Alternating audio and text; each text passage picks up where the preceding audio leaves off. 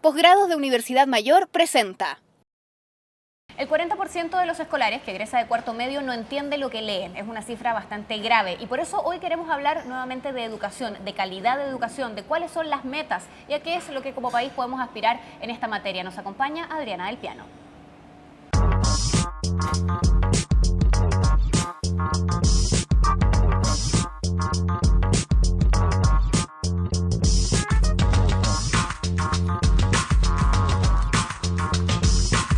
Mesa de diálogo, desde la Confitería Torres.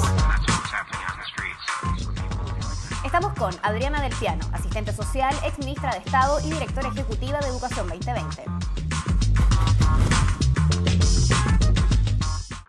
¿Qué tal? ¿Cómo están ustedes? Sean bienvenidos a una nueva mesa de diálogo. Como siempre nos instalamos en el Torres, este clásico en el centro de Santiago. Estamos en Alameda con 18 y desde aquí, con nuestra mesa de diálogo instalada, debatimos sobre distintas materias. Llegamos a ustedes y agradecemos como siempre al Mostrador TV y por supuesto también a Universidad Mayor que nos acompaña también en esta temporada. Sí, con este restaurante precioso que hoy día se ve además mucho más que en otras ocasiones. Adriana del Piano, gracias por acompañarnos, por aceptar esta invitación a esta mesa de diálogo hoy 100% dedicada a la educación.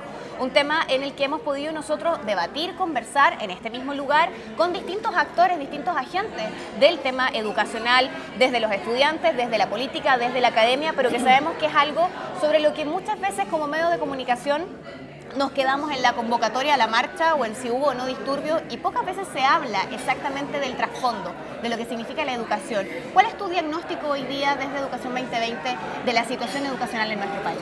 Bueno, en primer lugar agradecerte la invitación, es una gran oportunidad también para 2020 y para mí en lo personal, así que muchas gracias. Mira, yo creo que el tema educacional que ha conmovido a la sociedad chilena, hay que pensar que es el segundo tema de mayor importancia para la gente.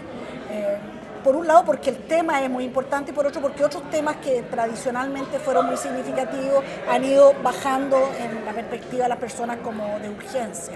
Tenemos seguridad ciudadana y educación. Yo diría que si nosotros miramos el país, nosotros hemos logrado, yo vengo llegando ahora de un encuentro en Buenos Aires de 13 países de América Latina y la gente se sorprende porque, bueno, Chile está entre los países de América Latina con mayores coberturas e incluso con buenos resultados. En test de PISA, en test que van midiendo distintos avances. ¿Eso ustedes miden también la calidad? PISA te mide resultados, o sea, es calidad. Sin embargo, nosotros a través de los años y por distintas medidas que podemos conversar, fuimos generando un sistema educativo que si bien le ha dado cobertura, que se ha construido escuelas, liceos, etcétera, de buena calidad incluso, ha generado el sistema educativo más segregado del mundo. Más segregado del mundo. ¿Qué quiere decir eso? Quiere decir que en este país la gente que gana 5 millones de pesos educa a sus hijos con otro que gana los mismos 5. El que gana 2 con 2, el que gana 500.000 pesos con el de 500.000 pesos y el que gana 200.000 pesos con el 200.000 pesos. Es decir, un gran plus que tuvo siempre la educación pública en Chile, que era el 97, 98%, un poco menos, 93% de toda la matrícula de Chile era pública. Y solo el 7% era la educación particular pagada, los colegios tradicionales, los San Jorge, los San Ignacio, etc. Eso cambia el año 81 de una manera brutal. Se pesca la educación pública, se divide en todos los municipios del país, 345 sostenedores, que por lo tanto empieza a seguir de alguna manera la capacidad de gestionar esta educación por parte de los municipios, va a la par con sus propias capacidades, municipios muy extendidos territorialmente, con muy poca gente, con pocos recursos, muchas veces el alcalde no tenía ninguna preparación para gestionar la educación pública. Ahí empieza una decadencia sistemática de la educación pública. Finalmente, en los 80 también se crea la particular subvencionada. La particular subvencionada era originalmente una educación que convivía con la otra, pero siendo bastante minoritaria. Pero al cambiar el país, desde yo diría finales de los 80, 90 hacia adelante, la particular subvencionada empezó a tener una diferencia con la municipal brutal. Primero, es un sistema educativo que lo administran los privados, que está muy garantizado en nuestra Constitución. La posibilidad de establecer establecimientos educacionales es más fuerte en la Constitución incluso que la obligatoriedad del Estado de garantizar la educación de calidad. La Constitución nuestra dice el Estado propenderá a tener una educación de calidad, o sea, lo aliviana. Bueno, y esta educación, la existente educación, cuando se le agrega el copago, la posibilidad que la familia pague por esta educación, ahí se te arman 3 segmentos absolutamente muy separados y además con una educación particular subvencionada que va ganando terreno, no por sus resultados académicos, porque no es verdad que tenga mejores resultados académicos cuando tú ajustas por nivel socioeconómico los alumnos. Lo que sí tiene que es más aspiracional. O sea, cuando este colegio municipal se llama Escuela A26, no sé qué, no sé por cuánto, más que pueda tener el otro se resultados llama parecidos al otro, George claro. School, no sé qué cosa, entonces la familia dice, y yo pongo aquí 10 luquitas o 20 o 40, porque se puede cobrar hasta 80.000 pesos en el copago, ¿ah? Pero aún no pagando demasiado, empieza a generar la segregación social y la inequidad. Y yo creo que nuestros 3 pecados en la educación, 3 objetivos, es cómo mejoramos la calidad de todos. Y hay que aclarar, si bien en América Latina tenemos mejores resultados, nuestros buenos colegios privados están al nivel de los medianos colegios del resto de los países de la OCDE. O sea, tú puedes caer en los Grange, claro, los St. George y todo esto, en los cuales las familias pagan mucho dinero. Los resultados en los test internacionales que miden conocimiento, esos colegios top en Chile equivalen a la media y de la media para abajo de los países de la OCDE. O sea, tenemos un tema de calidad de la educación, sí lo tenemos. Tenemos un tema de inequidad, es decir, que se perpetúa por distintas maneras, porque la ciudad es segregada, porque la educación ayuda a segregar más, el tema de la segregación y de la inequidad que te va generando el sistema, que los más ricos de este país reciben mejor educación que los más pobres, es así. Adriana, si establecemos entonces esta relación entre dinero y segregación dentro del aspecto educacional, que en el fondo es el que nos convoca, pero claramente lo podemos llevar a otras áreas de la sociedad, ¿cómo manejar esa relación, considerando, por ejemplo, que esto está hoy en manos de los municipios que tienen exactamente el mismo sesgo, en que las municipalidades que tienen más recursos pueden tal vez administrar sus colegios o su sector de educación con esos recursos de mejor manera que las comunas más pobres? Mira, no por nada hay un reclamo fuerte del movimiento estudiantil y de todo el mundo de que el proceso de que las municipalidades administren los colegios debe terminar. O sea, debe terminar, debe cambiar la institucionalidad que administra el sistema educativo. Eso sin lugar a dudas, porque es muy difícil que tú le pidas a una... Es tan comuna en Chile, la comuna de Santiago, el municipio de Santiago lo administra, como en Bisbiri o Putre, claro, o Las Huaytecas, que son comunas. Entonces, ¿cómo tú garantizas que el niño de Bisbiri, de Putre o de esto tenga posibilidades educativas equivalentes, de buena calidad, para desarrollar sus talentos, etcétera? Evidentemente no te va a funcionar solo por una administración municipal. Pero quiero decir una cosa en honor a la verdad. Nosotros nos hemos encontrado con que de repente comunas pequeñas, que no son las capitales regionales, qué sé yo, tienen resultados sorprendentes, porque cuando hay un sostenedor comprometido, vale decir el alcalde y su equipo, que tiene un departamento municipal de educación, y tú te encuentras que se genera un clima, un creer en los directores, y buenos directores, hay resultados que te sorprenden. Mira, te voy a poner un solo ejemplo. Y completamente ajenos tal vez a la proporción que uno podría hacer o establecer con los recursos. Mira, y además al interior de la misma comuna, todos los establecimientos municipales no se comportan iguales. Tú tienes liceos que les va estupendo, liceos que les va mal, escuelas que les va bien, escuelas que les va mal, teniendo el mismo sostenedor y el mismo alcalde. Hace poco tiempo atrás estuve en Montepatria, una comuna que tiene un profesor de alcalde, y por tanto la educación es un tema que le importa, claro. Y una de las escuelas de Montepatria sacó en el CIMSE más puntaje de lo que sacaron las escuelas de La Serena y de Coquimbo. O sea, la mejor escuela de Coquimbo y la mejor de La Serena, que son ciudades grandes, Claro. con más posibilidades, ninguna alcanzó el resultado que tuvo esta escuela en Montepatria. Entonces, es verdad que hay una relación entre el nivel socioeconómico, la comuna, las posibilidades, etcétera, etcétera, y los resultados. Pero también hay mucha escapatoria, porque aquí ha sido uno de los grandes apuestas que nosotros hemos hecho en 2020, es que cuando tú tienes un buen director y cuando tú tienes un buen sostenedor, puedes romper la fatalidad de estar asociado uno a uno. Eso como términos generales, pero sin duda el país, y yo creo que muy pronto va a venir un debate fuerte. Nosotros estamos trabajando como 2020 en levantar algunas consideraciones de la propuesta que tendría que tener el país de administración de las escuelas, que claramente no puede ser como el Transantiago, que tú lo hagas de una vez y para todo, pero que a lo largo de un periodo de años, pueden ser 5 o 10 claro. años, todos los colegios a la larga pasen a entes locales de giro único, que den y garanticen una educación laica, pluralista, amplia para todo y que sostenga las escuelas. Y sé que la postura no es necesariamente que eso sea el Ministerio de Educación por la burocracia que eso podría significar y lo complicado que podría ser en el fondo bastante más fatal el remedio que la enfermedad.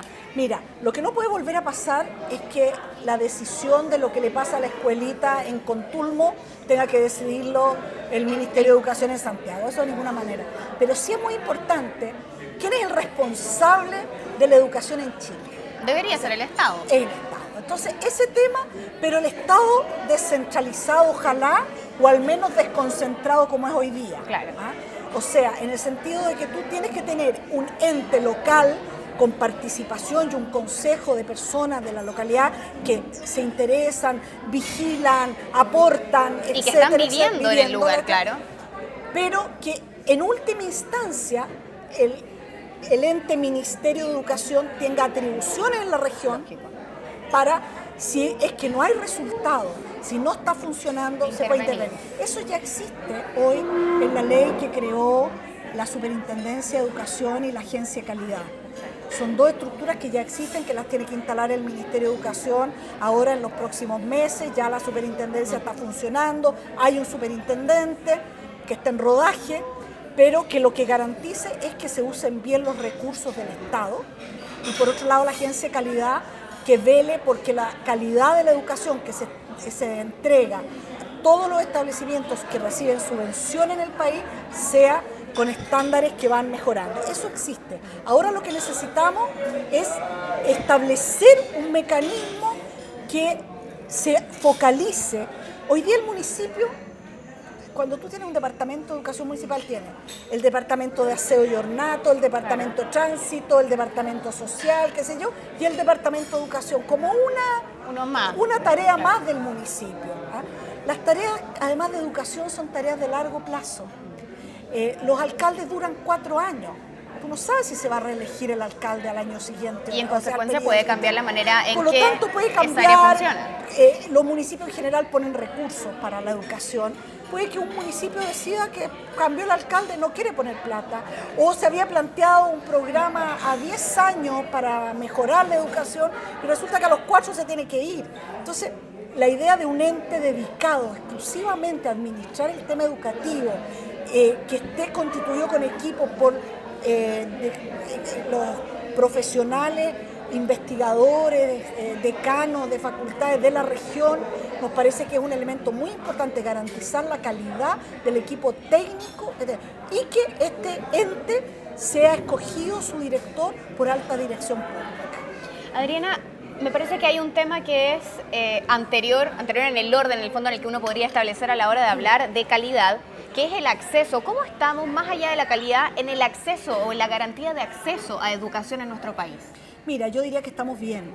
En el acceso, Chile tiene, de hecho, durante el gobierno del presidente Lago se fijó como obligatoria la secundaria, Claro. Pero el país ya tenía la cobertura de la educación secundaria hace bastante tiempo. De hecho, yo creo que no va a pasar mucho tiempo para que el kinder y el pre-kinder no solo tengan cobertura universal, sino que los próximos años seguramente va a ser parte de la obligatoriedad del Estado de ofertar eso y de los padres de mandar los niños a kinder y pre-kinder. Es la tendencia mundial. Chile tiene cobertura del orden del 96-97% en básica. El porcentaje que te queda son muchas veces niños con necesidades especiales, con discapacidades severas, etcétera, y por lo tanto no constituyen una demanda.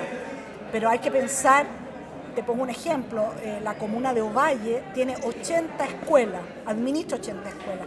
La mayoría de ellas son de 5, de 7, de 25, de 40 niños, etcétera, porque donde hay niños constituyen una demanda. La secundaria es un poco menor, pero lejos es la secundaria de mayor cobertura de toda América Latina, ¿eh? Los que llegan a secundaria. Tenemos un problema, sí, que no se refleja como problema público y que es muy importante, y es la cantidad de niños que porque no logran los aprendizajes, cuando tú no has logrado leer y entender lo que lees en cuarto básico, se supone que primero y segundo tú tienes que aprender a leer. Cuando llegaste a cuarto sin saber lo que tal, puedes juntar las letras a lo mejor, pero no te hace sentido, claro. Ese niño de ahí para adelante empieza a aburrirse soberanamente. Trata de tener un niño 5 horas o 4 o 5 horas concentrado en algo que no está entendiendo. Imposible. Que no está entendiendo. Entonces, cuando no hay ese apoyo, cuando el niño no está logrando los aprendizajes, el niño o se transforma en el que se porta peor del curso. O termina medicado. O termina medicado o termina yéndose a la escuela. Y lo que sí tenemos nosotros no es masivo, enorme, pero tenemos una deserción alta. Una deserción alta. Y el niño que se fue de la escuela y tiene 12 años, 11 años, ¿qué hace ese niño en la vida? Ese niño vaga por las calles, ese niño es muy probable que sea reclutado para temas de narcotráfico, de delincuencia, etc. Y nosotros calculamos que hay aproximadamente entre primaria y secundaria 100.000 niños por año que no están en la escuela debiendo estar en la escuela o en el liceo. Y ese es un problema muy importante y por lo tanto la escuela aquí no es solo para que mostrar buenos resultados en el CIMSE, sino cómo apoyamos los aprendizajes de todos los niños del curso con atención preferencial y para eso hay una medida que es muy importante, que tiene que dársele mejor uso del que se le da hoy, que es la ley CEP, que te da recursos adicionales cuando tú tienes niños más vulnerables, con vulnerabilidad social, etc. Eso es una tarea pendiente y es un buen director de colegio y un buen sostenedor tiene que tener particular énfasis de garantizar que a cuarto básico lleguen todos los niños sabiendo leer y escribir, entendiendo lo que leen. Sí, porque tú puedes juntar las palabras, tú pones un niño y te dice la, luna, no sé qué cosa. Pero a entender, comprensión lectora, y eso sigue la falta de comprensión lectora. Hay cifras dramáticas para Chile. Se dice que aproximadamente el 40% de los que egresan de secundaria no entienden bien lo que leen.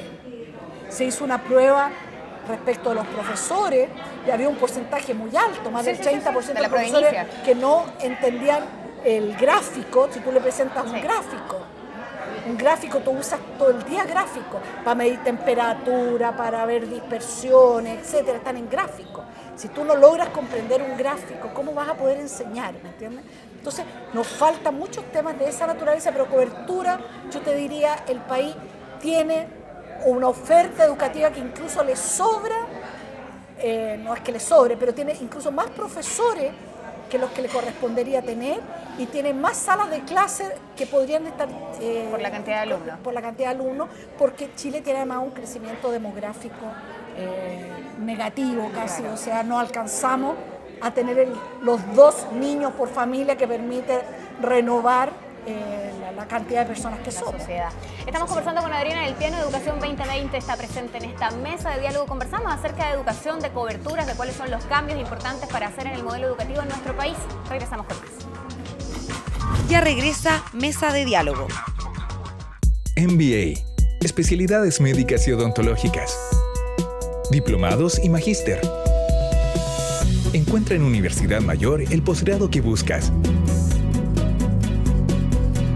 programas de alta especialidad y nuevas tendencias. Si sabes lo que quieres, encuéntralo en Posgrados Universidad Mayor. Nuevo Campus Alonso de Córdoba Las Condes. Estás viendo Mesa de Diálogo. Estamos de regreso con más en nuestra mesa de diálogo, segundo bloque. Si están recién incorporándose, les contamos que a través de las redes sociales pueden empezar también a enviar sus comentarios. Llegamos a ustedes a través del Mostrador TV y hoy desde la Confitería Torres hablamos con Adriana del Piano de Educación 2020 sobre justamente educación. Te quiero preguntar, Adriana, sobre uno de los argumentos que se ha puesto más sobre la mesa en el último tiempo frente a esta discusión del incentivo tributario para la educación particular, subvencionado la educación particular. Se habla de la libertad de enseñanza. ¿Cuáles son los límites de la libertad de enseñanza para no caer también en un círculo un tanto perverso que nos lleva justamente a la segregación?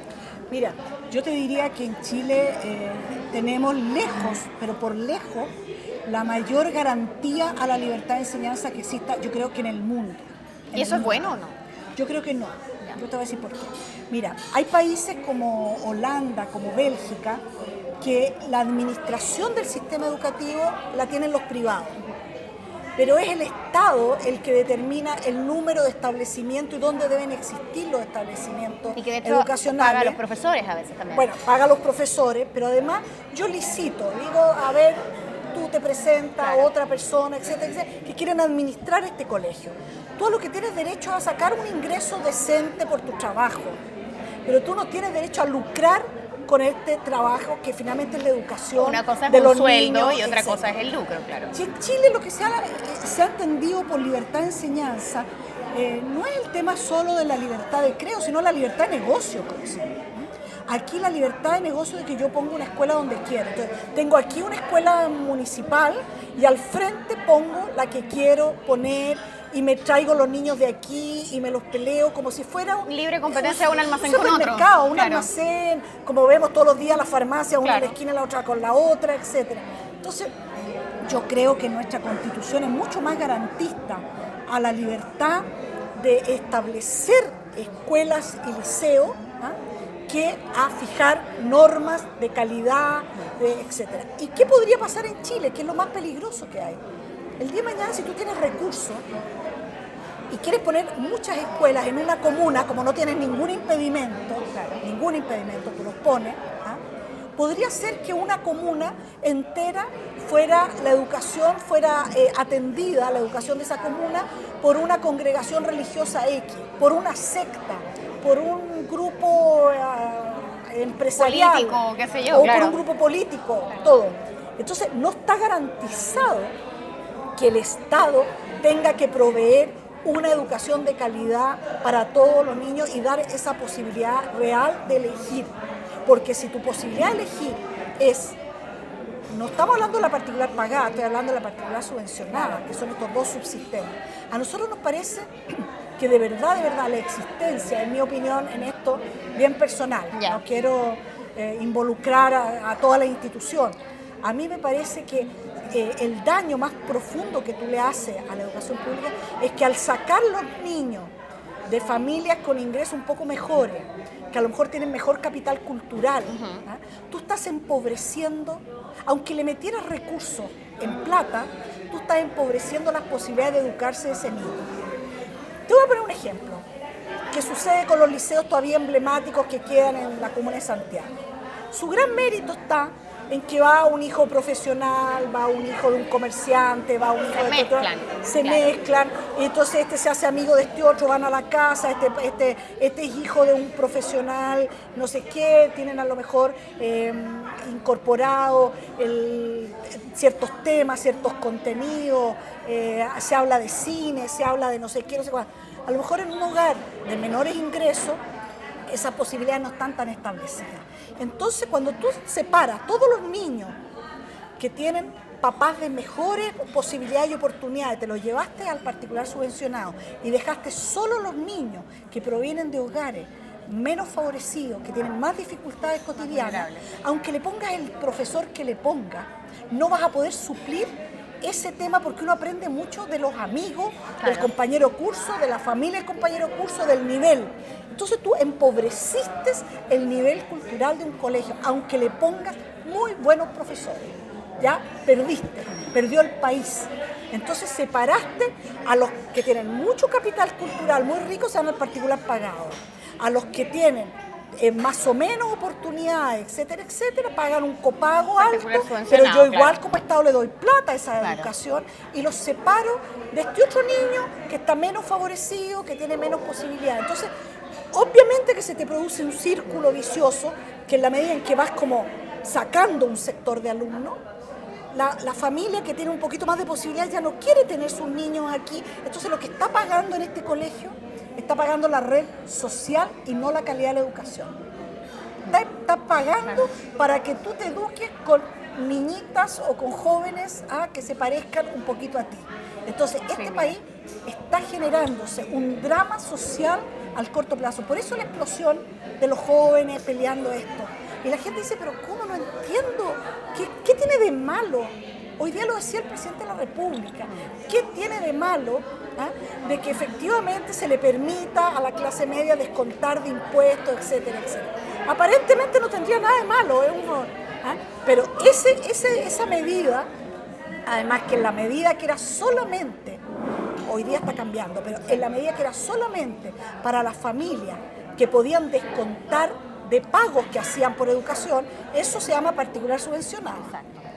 Hay personas del mismo nivel que tienen sus niños en colegios municipales que no tienen el copago y no está a la medida. Hoy día se está extendiendo a todo el tramo de familia, aparentemente, ojalá salga así, por lo menos menos malo, entre 500.000 pesos y 1,5 millones. Todo el que tenga niños va a poder descontar. Pero no entró así el proyecto era solo para los copagos. ¿Qué va a pasar? ¿Qué va a pasar en corto plazo? Cuando a ti te están descontando esto, entonces van a aumentar los copagos. No te quepa la menor duda. Hay un incentivo para irse hacia ese lugar. Claro. Esta persona le están dando plata, se va a ir a un copago más alto. Segrega igualmente. Lo llama una lógica de consumo. Pero totalmente, pues, total y absolutamente. Entonces hay un tema que no lo estamos mirando como país. No estamos mirando el futuro de Chile, de lo que esto te genera de rencores sociales, de diferenciaciones brutales. Ya tenemos ciudades sumamente segregadas. O sea, es casi un chiste. Tú dime en qué comuna vive y yo te digo hasta el jardín de tu casa cómo es. No hay nada más segregador que el jardín. O sea, tú te vas a Las Condes y existen los abutilones, existen un montón de plantas que te vas al sector sur de Santiago y ninguna señora escuchó en la vida hablar del abutilón. Anda a poner un parrón en Las Condes, una cosa tan ordinaria como un parrón. Los parrones son de otra clase social. O sea, este país lleno de simbología.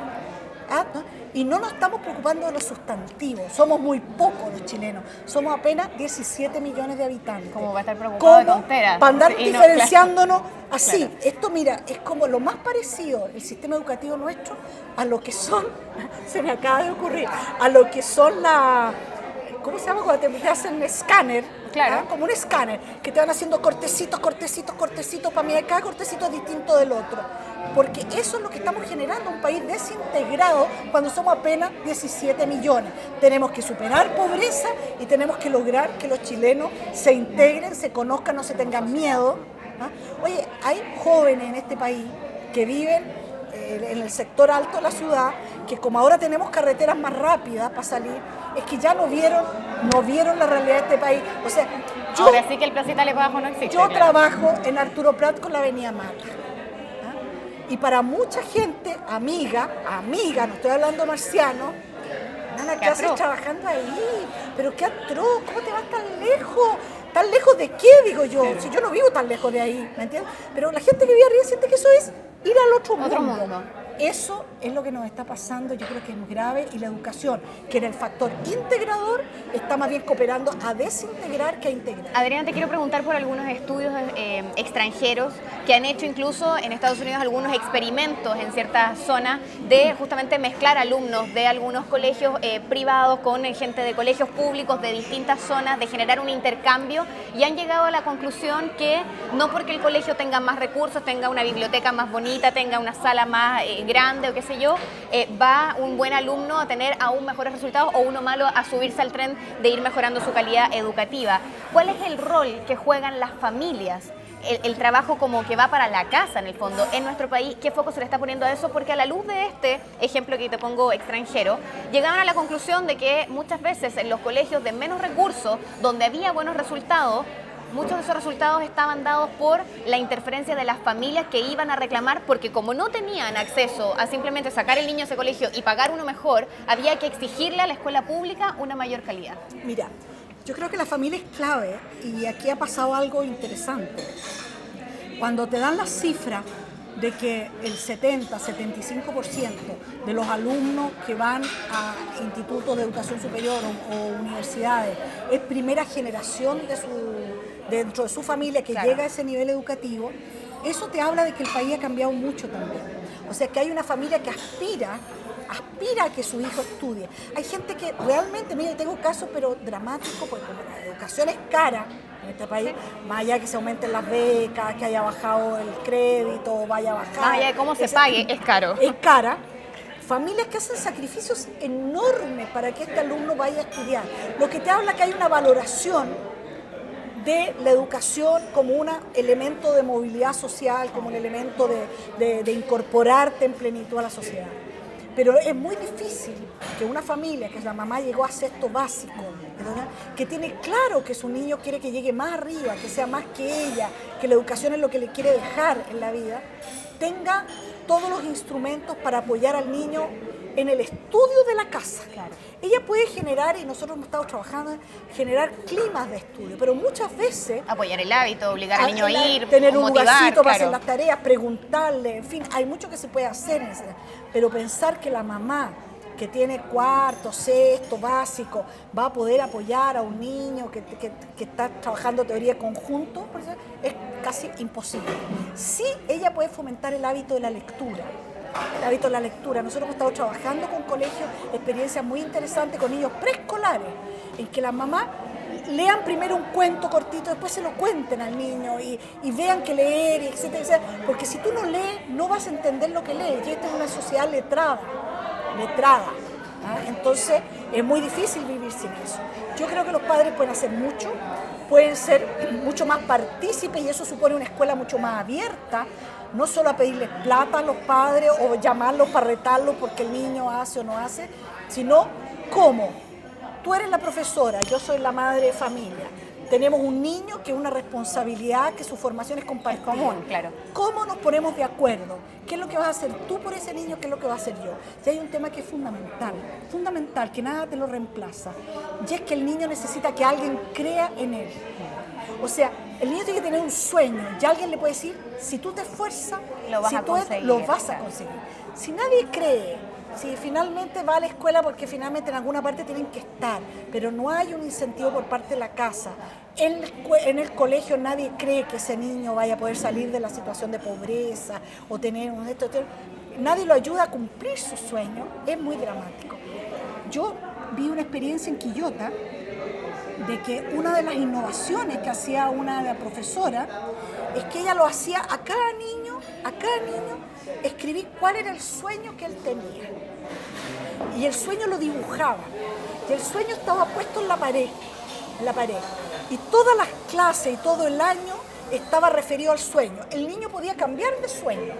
Porque tú quieres ser bombero, claro, y de repente piensas que es mejor ser carabinero o ser médico dentista, o ser otra que sea, cosa. claro. Tú podías cambiar. Pero el sueño del niño estaba puesto como un faro en la sala de clase. Cuando yo te pido que te portes bien, que aprendamos matemáticas, etcétera, etcétera, es para que tú puedas ser, quieres ser bailarina, quieres ser cantante, quieres ser lo que sea, pero para eso, en esta sociedad, tienes que pasar por este periodo. Adriana, así como Mario Weinsluch de Educación 2020 con la gente de SQC jugaba al rol del ministro, si nos ponemos en un ámbito de juego y tú fueras ese niño hoy día que tiene este sueño de este tipo de educación del que estamos hablando, ¿quién cree en ti hoy día? ¿Quién cree en mí hoy día? Bueno, a esta edad ya no sé. Pero ¿quiénes son los agentes de cambio, los agentes políticos o educacionales hoy día dentro del ruedo público, que son los que creen en este tipo de educación como un sueño posible de alcanzar? Mira, yo creo que hay dos niveles de creencia. Uno, el directo, el inmediato, el que está en torno al niño, el que le dice y que no lo anda comparando con el hermano. cada persona tiene sus sueños, sus posibilidades, sus talentos. No hay nada peor de que yo te compare con tu hermana, con tu hermano. Él sí que es ordenadito, tú no sé qué. Él sí que hace limpiecito para las tareas y tú no sé qué. Eso es un desastre. Pero hay gente cercana a ti que te cree. Pero por otro lado, yo creo que ha pasado una cosa muy interesante. Yo creo que la sociedad chilena está cambiando en eso. Creo que el hecho de que el tema de educación sea un tema del cual nosotros estemos hablando, un tema que está en las calles, lo vemos a diario, se moviliza, se pelea por él, etcétera, etcétera, es que la sociedad cree que la educación, una buena educación, amplia, gratuita, la cual no es un negocio, la educación no es un negocio. Ese es como el concepto, más que lucro, no lucro, es que esto no es un negocio. Hay gente que puede vivir y tiene que vivir de esto, los profesores, los directores, es también una manera de decir, ¿sabes qué? Niños, jóvenes, creemos en ustedes, los adultos nos tenemos que hacer cargo de este tema también. O sea, niños, adultos. Cuando se habla de la comunidad educativa, muchas veces se olvida de que en la comunidad educativa tú la puedes llevar a la comunidad, a la sociedad, como que, en que están directores, profesores, cada uno en su rol. Cada uno en su rol empujando el carro. Yo creo que hoy día hay mejores condiciones. Era más fácil, a ver, no fue fácil, pero era más fácil lograr que todos los niños se sentaran en una sala de clase y tuvieran un libro, cuadernos, con todo el país. Hoy día tenemos alimentación, hay libros, hay sala de clase, hay profesores, etc. ¿Qué tenemos que tener ahora? Buenos profesores, que no los tenemos, y tenemos que tener una comunidad que le dice a la juventud y a los niños, creemos en ti y te vamos a entregar las herramientas, las mejores posibles, y año a año vamos a ir mejorando eso. Y en eso vamos a invertir plata.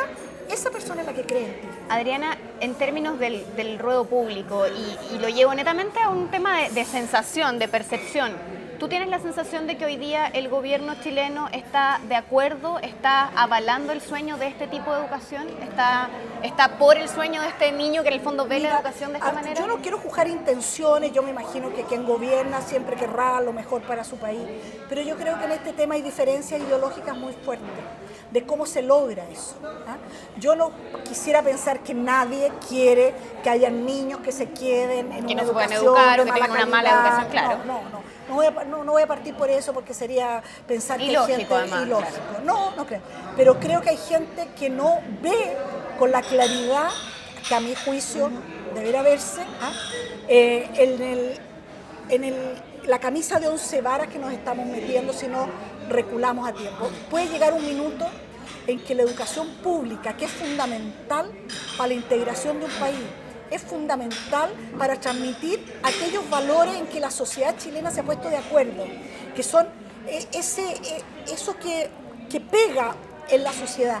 Mira, esto es inexplicable en nuestros países, inexplicable. Esto estoy hablando con gente que en términos ideológicos muy de derecha, pero la gente más de derecha de cualquier país de América Latina no puede entender que la educación pública, no sé, este modelito es una rareza que sí va a dejar, si no lo detenemos a tiempo, va a dejar condenado a un grupo enorme de niños a tener una educación de pésima calidad, a ocupar no por temas de meritocracia, sino porque la vida no les dio oportunidades de estar con compañeros de curso de mejor nivel, de compartir, de sentirse parte de esta sociedad, lo vamos a dejar arrinconado. Y yo creo que en ese sentido, a mi gusto, este tema de no segregación es un tema que este gobierno no lo ve. Vamos a hacer un alto, estamos en Mesa de Diálogo, conversamos con Adriana, el Piano Educación 2020 está presente en nuestra mesa, así que hacemos una pausa, pero regresamos con más. Ya regresa Mesa de Diálogo. Conéctate con El Mostrador TV.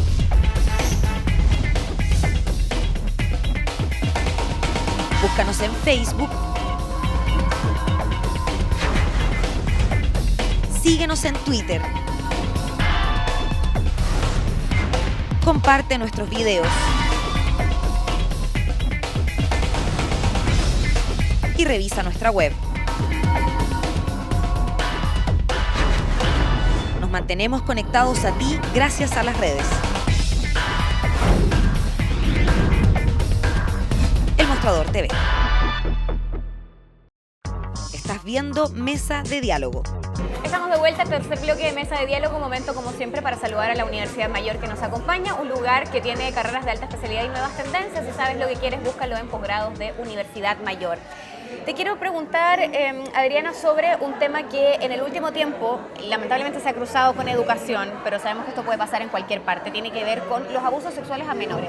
Te lo pregunto ¿por qué? Porque por la coyuntura que esto ha representado, el Ministerio ha puesto mayor ojo en fiscalizar un poco la manera en que están funcionando algunos colegios. Y hace algunos días atrás aparecía esta multa de 35 millones de pesos que se le cursa al Colegio Cumbres por problemas en el área administrativa, como no tener, por ejemplo, la garantía o no poder demostrar que sus profesores estaban titulados, problema incluso con la recepción de obras, con el SESMA, con un montón de cosas más allá de solo lo educativo, pero también en lo educativo cosas que parecían bastante alarmantes considerando en el fondo el tipo de colegio del que estamos hablando, donde se supone que por la cantidad de dinero que pagan los padres tienen acceso a un mejor tipo de educación. ¿Cuál es tu mirada frente a eso y qué puede significar justamente estas multas exponiendo estos casos a la luz pública? Mira, yo creo lo siguiente, yo creo que aquí hay dos temas.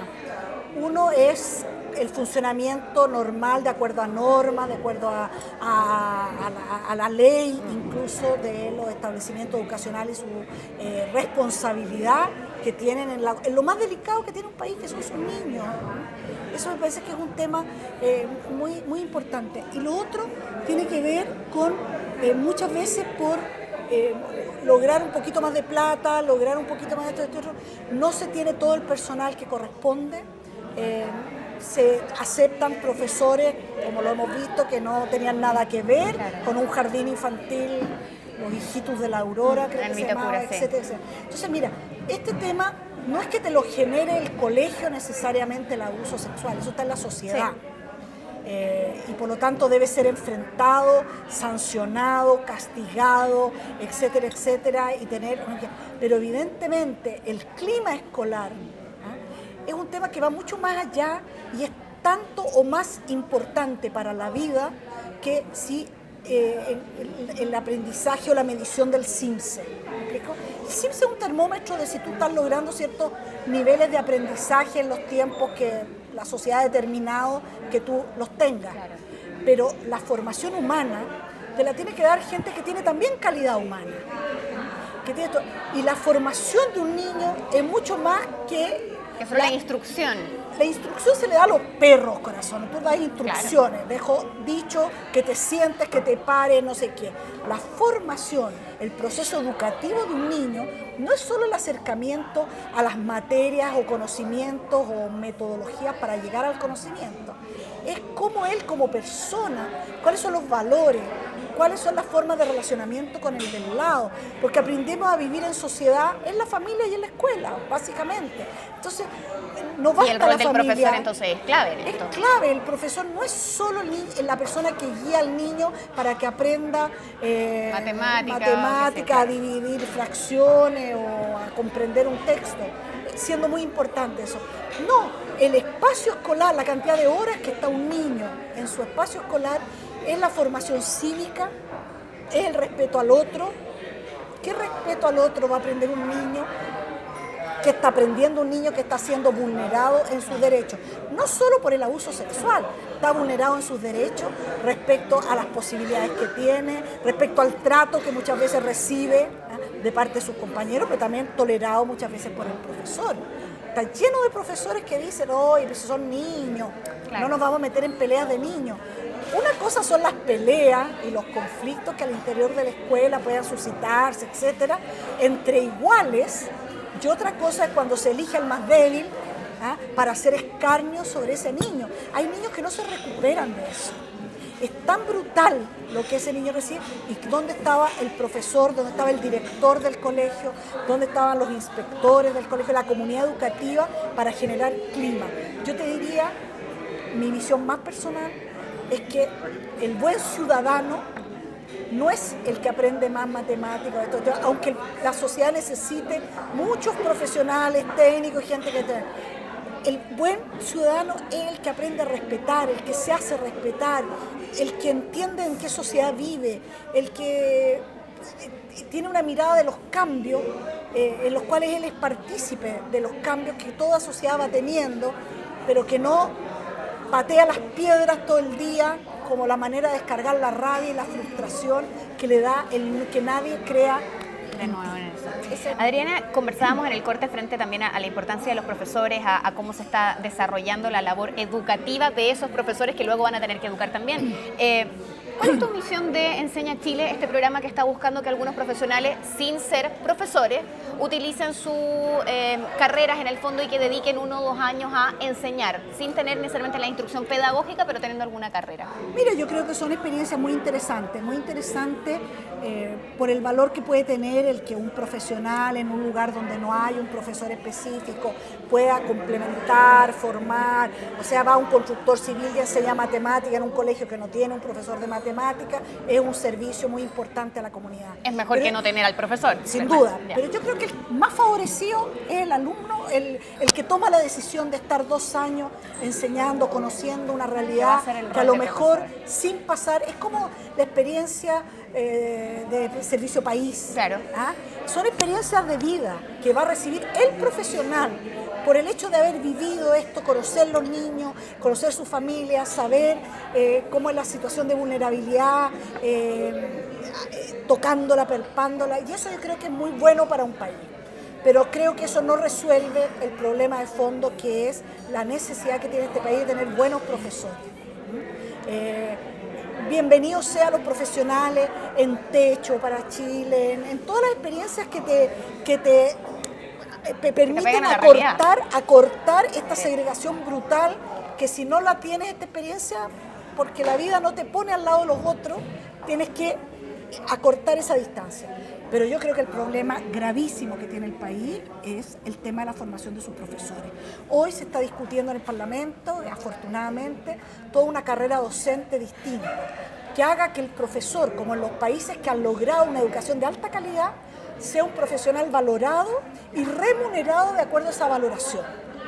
Pero eso supone de entrada una manera distinta. Primero tú tienes que atraer personas que tienen vocación, claro, pero también que tienen una formación y cierto desarrollo intelectual que les permita después, pasando 5 años en una universidad, salir con su habilitación para poder trabajar como profesor. Hoy día tenemos el mercado, el negocio de la educación superior en general, puesto en el tema de los profesores, es gravísimo. Tenemos 1000, dicho por el ministro, 1000 carreras de pedagogía a lo largo del país. 1000 carreras en un país de 17 millones de habitantes, por eso. Yo creo que no sé cuántas habrán en Estados Unidos, cuántas habrán en países como Brasil, que son enormes. Bastantes más millones de habitantes. Con mucho más millones. 1000. Y de los cuales la mayoría recibe niños, o sea, jóvenes que no han dado ni siquiera al EPCU, o que tienen menos de 450 puntos. Para que tú te hagas una idea, 500 puntos en la PCU, 500 puntos en la PCU, equivale a tener alrededor de un 2 en una nota, porque has respondido 16 preguntas de 70 y tantas. Eso quiere decir 500 puntos. No es la media, no es que como aquí el que saca 800... No es contestar la mitad bien. No es así. Entonces, el tema es cómo tenemos mejores alumnos, mejor remunerados y carreras en universidades o en instituciones realmente acreditadas con un currículum, etc. Eso no se logra de la noche a la mañana, tienes que trabajar simultáneamente con la acreditación, con la habilitación de los profesores, con mejoría de los sueldos de los profesores y con una sociedad que dice, en la medida que vaya avanzando esto, ¿sabes qué? Hoy un niño de sector alto que tiene vocación de profesor, hombre, estudiando pedagogía, o sea, a ti te da para ingeniería, a ti te da para otras cosas. ¿Qué estás haciendo? Por último, a lo mejor una niñita ya está bien que enseñe, una profesión apropiada para las mujeres. Para compatibilizar con la familia, qué sé yo, todo. O sea, una mirada menos de lo que es la carrera. Cuando él mira países como Finlandia, pero ni siquiera solo Finlandia, tú te vas a los países en general en Europa, para llegar a ser profesor, tú tienes que pasar muchas pruebas, estudios, etcétera, porque la sociedad valora eso muchísimo. Adriana, te quiero agradecer enormemente por estar junto a nosotros. Se nos acaba el tiempo, siempre nos quedan muchos temas para seguir conversando. Vamos a saludarte con este libro. Así lo vivimos, del expresidente Ricardo Lagos, un libro bastante interesante. Él dice, así lo vivimos porque fuimos muchos los que vivimos este proceso de regreso a la democracia. Un libro que nos envía la gente de Feria Chilena del Libro, que como siempre nos acompaña y que también acompaña la tradición de lectura en nuestro país por más de 60 años. Ojalá que lo disfrutes. Encantado, muchas gracias. Y gracias por estar con nosotros. Para terminar, Adriana, te quiero hacer una pregunta muy breve, ya que hablábamos del tema de los profesores. ¿Qué profesor recuerdas que te haya marcado? ¿De qué ramo? Maravillosa, pero lo tengo con nombre y apellido, ¿Sí? muchos. ¿Ah? Florentina Bandera, se llama, era una española, yo estudié en las Teresianas, y fue una profesora que nunca se guió así, exclusiva, sino que siempre tenía imaginación, siempre te estimulaba. De repente te ponía una nota porque habías dado una opinión que a ella le parecía que era una buena opinión. Listo. Estímulo. Estímulo. Mira, no, yo tengo solo agradecimiento. Fue mi profesora jefe durante mucho tiempo. No es la única, pero Florentina Bandera, que lamentablemente falleció en España. Pero que dejó marcada No, para siempre, cosas jamás, para ti en la vida. imborrable. Gracias, Adriana, por estar Gracias a junto a ustedes por nosotros. invitarme. Cariños a toda la gente de Educación 2020 y a En su seguir nombre, adelante con en esta su labor nombre. importante que realizan. Muy bien, pues. Gracias a ustedes por acompañarnos y nos vemos en la próxima.